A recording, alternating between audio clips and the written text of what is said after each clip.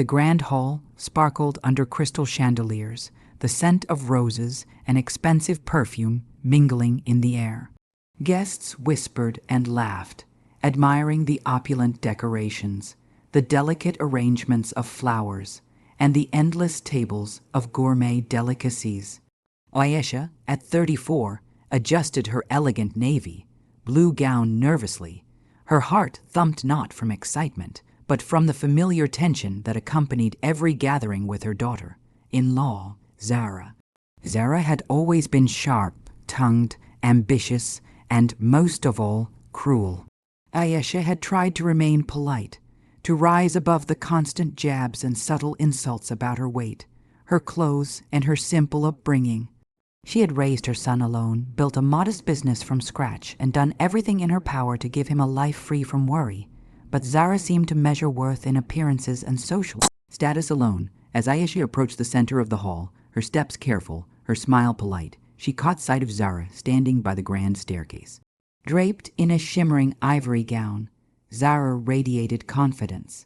Her lips curled into a knowing smirk as she caught sight of Ayesha, and Ayesha felt a familiar pit open in her stomach. "Mom," Zara said, loud enough for the nearest guests to hear, leaning close with a tone dripping with faux sweetness, "you really are a fat pig." The words hit Ayesha like a slap. The room fell silent for a heartbeat, as if time had paused to watch the drama unfold. Conversation ceased, forks hovered midair, and eyes darted between mother-in-law and daughter-in-law. Ayesha felt her cheeks flush, hot and humiliating, her chest tightening as shame and disbelief mingled.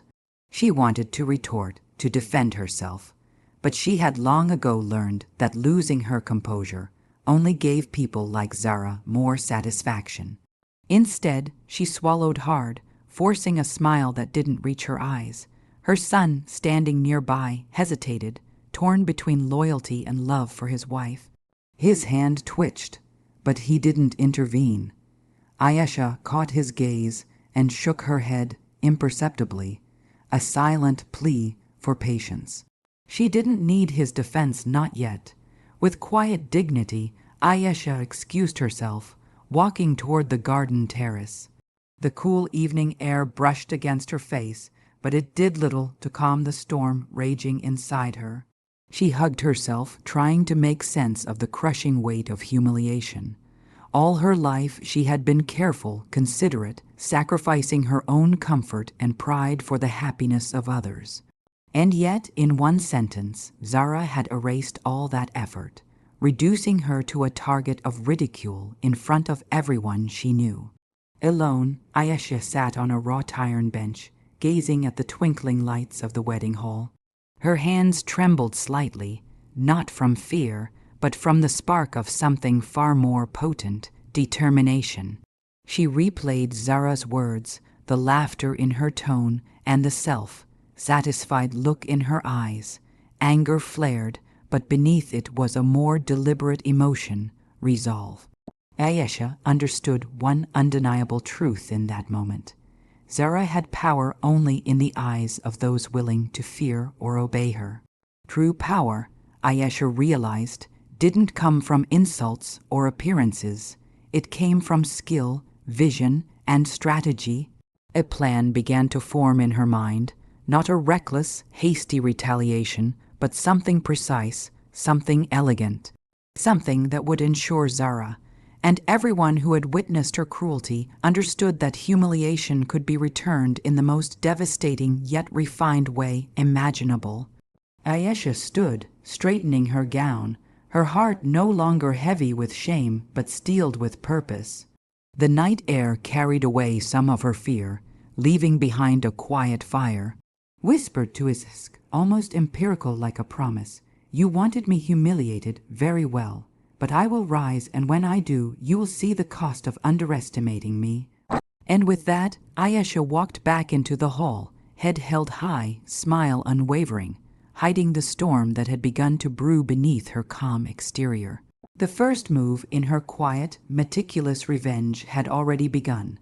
Back at home, Ayesha sank into the familiar comfort of her study, a quiet room lined with books and soft lamplight. The hum of the city outside seemed distant, almost irrelevant. Her mind, however, was alive with possibilities, weaving threads of strategy and foresight. She poured herself a cup of tea, the warmth seeping into her hands, and for the first time that evening, she let herself think beyond the sting of Zara's cruel words. Zara's insult had cut deep, but Ayesha knew better than to react impulsively. Impulse, after all, was Zara's greatest weapon. Ayesha's strength lay in patience, in preparation, in leveraging her intelligence and experience.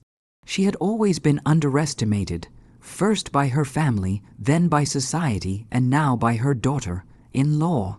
But that underestimation was a gift. It gave her time, a hidden advantage. Her thoughts drifted to Zara's company.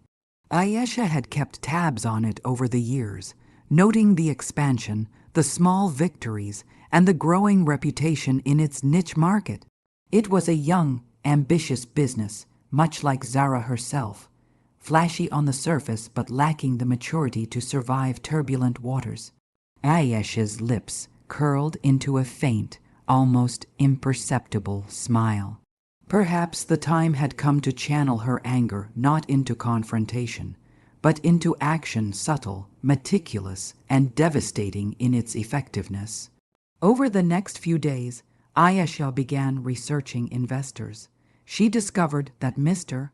Rahim, a renowned entrepreneur and millionaire, had been seeking opportunities in the very sector Zara's company dominated.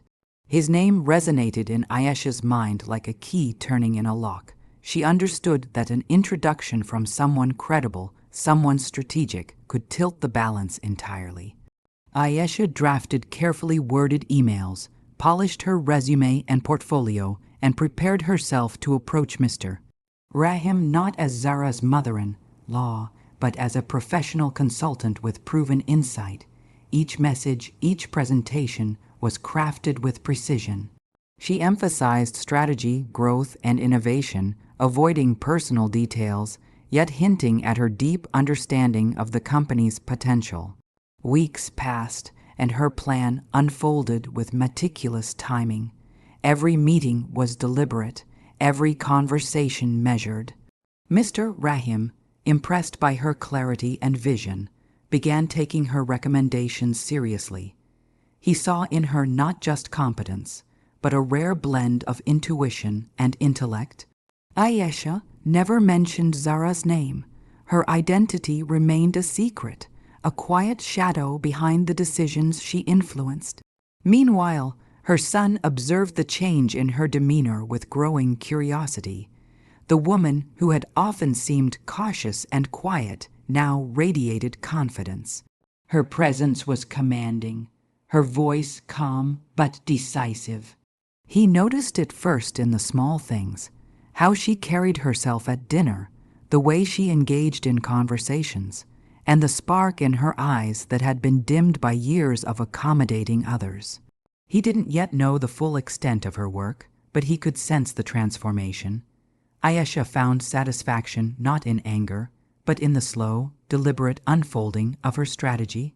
She discovered a thrill in watching events align, in feeling the tide shift, and in knowing that the humiliation Zara had inflicted could be countered in a way far more potent than any public confrontation. One evening, as she reviewed financial projections for Zara's company, Ayesha paused and leaned back in her chair.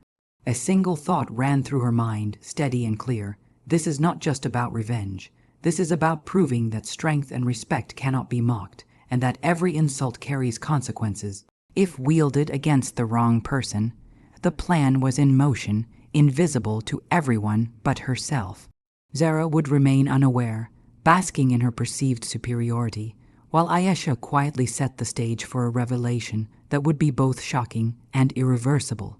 And somewhere deep inside, a quiet satisfaction took root, the realization that power could be exercised without anger, and that true victory was patience executed with precision. Ayesha stood, straightening her shoulders. The night outside was quiet, but inside, a storm of potential brewed. She wasn't acting out of malice. She was asserting her rightful place, ensuring that dignity, intelligence, and careful strategy would triumph over cruelty and arrogance. Zara's reign of insults had sown the seeds of her own downfall, and Ayesha intended to nurture them to full bloom. Months had passed since that fateful wedding, and the once vibrant tension in Ayesha's heart had matured into calm, controlled purpose.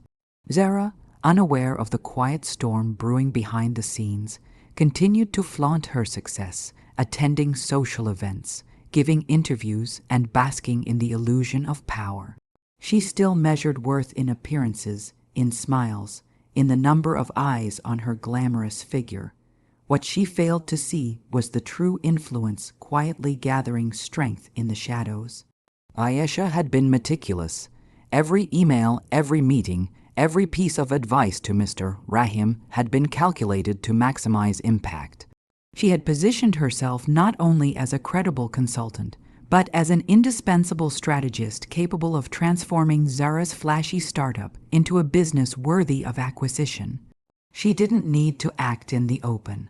Her influence worked quietly, invisibly, like water carving stone. Finally, the moment arrived. Mr. Rahim, impressed beyond expectation, agreed to buy Zara's company, but with a stipulation. He wanted to meet the consultant whose vision and insights had convinced him to invest. The request, delivered casually, sent a ripple of tension through Ayesha. This was the perfect moment, the crescendo of the plan. She allowed herself a faint smile. Timing, patience, and precision had brought her to this point. The boardroom was filled with Zara's staff, investors, and key stakeholders. Zara, dressed in her signature style of power and elegance, exuded confidence as she prepared to present her company's growth strategy. She had no idea that her carefully constructed empire was about to be recontextualized in front of everyone she wanted to impress. Mr. Rahim entered the room. Tall, commanding, and radiating authority, he paused for a moment, scanning the room. His eyes fell on Ayesha, seated quietly in the corner, calm and composed. Their gaze met, and in that instant, an unspoken understanding passed between them. Ayesha was the force behind the deal. Zara's confidence faltered the moment she noticed the subtle but undeniable respect in Mr. Rahim's expression toward Ayesha. She had expected him to focus on her, to praise her vision, to elevate her status further in the business world. Instead, the spotlight shifted subtly, irrevocably, onto the woman she had mocked so cruelly at her wedding. Mr. Rahim began the meeting, highlighting the company's potential and growth strategy. When he introduced Ayesha, commending her insight and involvement, the room murmured with surprise. Zara's colleagues exchanged glances, disbelief evident in their expressions. The same woman they had long dismissed, the fat pig, who had been the target of Zara's arrogance, was now being acknowledged as the key strategist behind the deal. Zara's lips pressed into a thin line. She attempted to regain composure, offering polite nods and forced smiles, but her inner turmoil was visible to anyone paying attention. The humiliation that Ayesha had endured months ago was now mirrored in Zara's own uncertainty. The arrogance that had fueled her confidence now became a fragile veneer, ready to crack under the weight of reality. Ayesha, serene and unruffled, allowed herself to observe quietly. There was no need for confrontation, no need for dramatic speeches. The truth of her capability, the evidence of her strategy, spoke far louder than any insult ever could. Every glance, every whispered acknowledgement underscored a reality Zara had been blind to. Respect and influence were earned, not inherited or demanded. By the end of the meeting, Mr. Rahim's admiration for Ayesha was clear. He sought her advice on next steps, on operational improvements, and on the long-term vision for the company. Zara, for the first time, realized that her role had been secondary all along. The power dynamic had shifted completely, and she was powerless to alter it. As the meeting adjourned, the whispers and glances of astonishment followed Zara like shadows.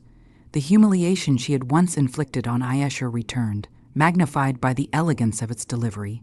Ayesha walked out of the boardroom with quiet pride, her head held high, knowing that patience, intelligence, and resilience had triumphed over cruelty and arrogance. This revelation was more than just revenge. It was a testament to Ayesha's journey. She had transformed humiliation into empowerment, learned to wield strategy over anger, and turn the tables with finesse. Zara's lesson was harsh but inevitable. Underestimating someone, mocking them, or relying on superficial power always comes at a cost. And Ayesha, calm and collected, had ensured that the cost was now fully visible, irreversible, and unforgettable. The celebratory dinner for the acquisition was held in a lavish hall, glittering with crystal chandeliers and golden accents. Guests, unaware of the true story behind the deal, murmured with curiosity about the mysterious consultant who had influenced Mr. Rahim's decision. Zara entered the hall, radiant as ever, expecting admiration and envy, but she sensed an unfamiliar tension in the room. Ayesha arrived quietly, her presence calm yet commanding. She wore a deep emerald gown that complemented her graceful posture. No one would have guessed the storm of planning, patience, and strategy she had orchestrated over the past months. She wasn't there to flaunt her triumph. Her victory was subtler, far more potent. Mr. Rahim approached her first, smiling warmly and seeking her advice on the next steps for Zara's company. Guests noticed the respect in his tone, the weight of her words, and the authority she held effortlessly. Zara, initially confused, tried to assert her usual charm and dominance, leaning close to Mr. Rahim and speaking animatedly. But he listened politely, nodding, while clearly valuing Ayesha's input above all else.